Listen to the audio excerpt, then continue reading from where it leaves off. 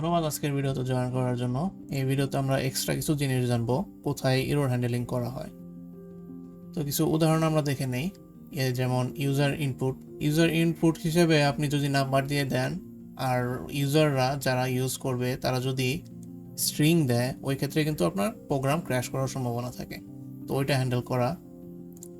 তার পরবর্তীতে আপনার যে কোনো নাম্বার আপনি শূন্য দিয়ে যদি ভাগ দেন, তো ওই ক্ষেত্রে আপনার এরর একটা থ্রো করতে পারে, কারণ আপনার শূন্য দিয়ে কোনো কিছু ভাগ হবে না।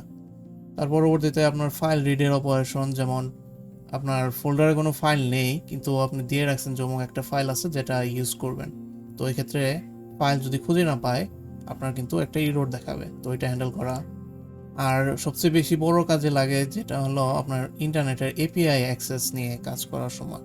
কারণ এরকম আছে আপনার সার্ভার সাইডে আপনার ইন্টারনেট নাই, কিন্তু আপনি এখান থেকে কানেক্ট করার ট্রাই করতেছেন কিন্তু কানেক্ট হচ্ছে না। তো ওই সময় আপনার একটা এরর থ্রো করবে। তো ওইখানে আপনার ট্রাই ক্যাচ ইউজ করা লাগবে। আবার এরকমও হতে পারে যে আপনার ক্লায়েন্ট সাইডে আপনার ইন্টারনেট নাই, তো ওই ক্ষেত্রে আপনি কানেক্ট করতে গেলে এখানে দেখাবে যে ইন্টারনেট নাই, ওইটার একটা এরর থ্রো করবে। তো ওইটা আপনি কিভাবে হ্যান্ডেল করবেন সেটাও দেখা লাগবে। তার পরবর্তীতে আপনার টাইপ এরর দেখাতে পারে, যেমন আপনি ইনপুট হিসেবে দিচ্ছেন স্ট্রিং কিন্তু আপনার ফাংশনের ভিতরে চাচ্ছে নাম্বার, তো ওই ক্ষেত্রেও আপনার টাইপ এরর দেখাতে পারে।